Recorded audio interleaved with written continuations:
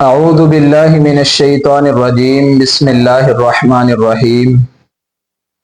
قرآن مجید کے مطالعے سے یہ بات سمجھ میں آتی ہے، اللہ رب العالمین نے قرآن مجید کے اندر بہت ساری جگہوں پہ ایمان والوں کو یا ایھا الذین آمنوا اذکروا اللہ ذکرا کثیرا، اللہ کا ذکر کثرت سے کیا کرو۔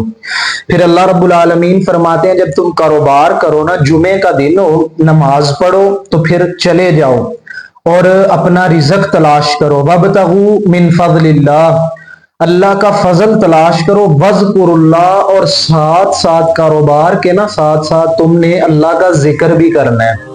تو ذکر اتنی اہمیت ذکر کی کیوں ہے؟ رسول اللہ صلی اللہ علیہ وسلم فرماتے ہیں ان الشیطان جاسم علی قلب ابن آدم، شیطان ابن آدم کے دل پہ ڈیرے ڈال کے بیٹھا ہوتا ہے۔ تو فرمایا فَإِذَا ذَكَرَ، جب وہ بندہ اللہ کا ذکر کرتا ہے، خانہ سا یہ ذلیل ہو کر کے نکل جاتا ہے شیطان، اور جب یہ بندہ غافل ہوتا ہے تو پھر نبی علیہ الصلوۃ والسلام فرماتے ہیں فوسوسہ، پھر انسان کے دل کے اندر شیطان طرح طرح کے وسوسے ڈالتا ہے۔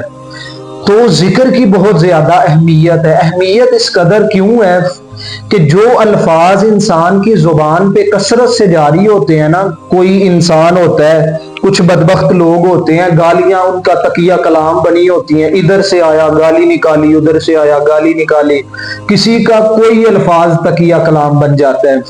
اور یہ اخبارات کے اندر گجرانوالہ کا واقعہ نشر ہوا تھا کہ ایک آدمی سبزی فروش مرا، تو وہ جیسے سبزی بیچا کرتا سارا دن، مرتے وقت بھی ویسے ہی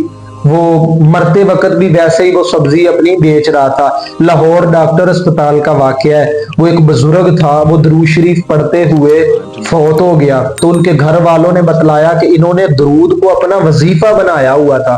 تو وہی بات کہ جو الفاظ انسان کی زبان پہ کثرت سے ہوں گے مرتے وقت وہی الفاظ انسان کی زبان سے ادا ہوں گے۔ صحیح مسلم کی حدیث ہے، رسول اللہ صلی اللہ علیہ وسلم فرماتے ہیں من کان آخر کلامہ لا الہ الا اللہ دخل الجنہ، جس بندے نے مرتے ہوئے لا الہ الا اللہ پڑھ لیا، یہ گواہی دے دی اللہ کے علاوہ کوئی معبود نہیں ہے، فرمایا دخل الجنہ، وہ بندہ اللہ کی جنت میں داخل ہو جائے گا۔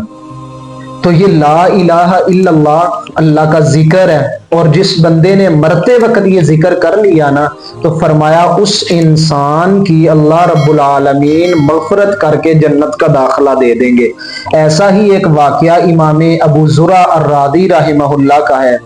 امام ابو زرع الرازی ساری زندگی حدیث پڑھاتے پڑھاتے زندگی گزر گئی۔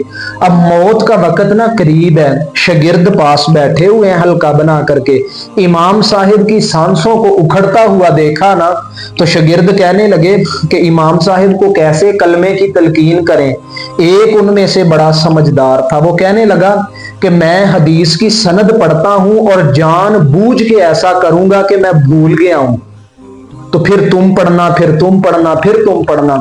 وہ کہنے لگے ٹھیک ہے، انہوں نے ایسا ہی کیا، حدیث کی سند پڑھی، قال حدثنا فلان ابن فلان عن فلان ابن فلان قال اخبرنا فلان ابن فلان، وہ حدیث کی سند پڑھی اور جان بوجھ کے بھول گئے۔ امام صاحب نے اشارہ کیا، فرمانے لگے مجھے اٹھا کے بٹھاؤ۔ انہوں نے بٹھایا، لیٹے لیٹے حدیث رسول نہیں پڑھی، یہ ادب ہے رسول اللہ صلی اللہ علیہ وسلم کی حدیث کا۔ تکیہ لگا کر کے، ٹیک لگا کر کے امام صاحب کو بٹھا دیا۔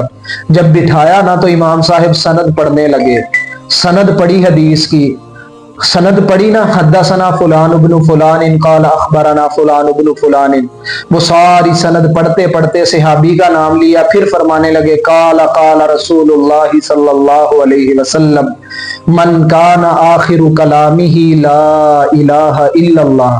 ادھر سے یہ لا الہ الا اللہ والی بات ختم ہوئی، ادھر سے امام صاحب کی سانسیں ختم ہو جاتی ہے۔ وہ سچ فرمایا تھا اللہ رب العالمین نے، یا ایھا الذین آمنوا اذکروا اللہ ذکرا کثیرا، ایمان والو اللہ کا ذکر کثرت میں، ہر حال میں۔ اور اللہ کا قرآن کہتا ہے جب تم لڑائی کر رہے ہو دشمن کے ساتھ، قتال ہو رہا ہو، قتال کر رہے ہو، تم لڑائی کر رہے ہو دشمن کے ساتھ، جنگ کے اندر، جنگ کے میدان میں ہو، تو موت سر پہ منڈلا رہی ہو، تو فذکر اللہ، تم اللہ کا ذکر وہاں بھی کیا کرو، پھر ذکر کرنے کی وجہ سے اللہ رب العالمین تمہیں ثابت قدم رکھیں گے۔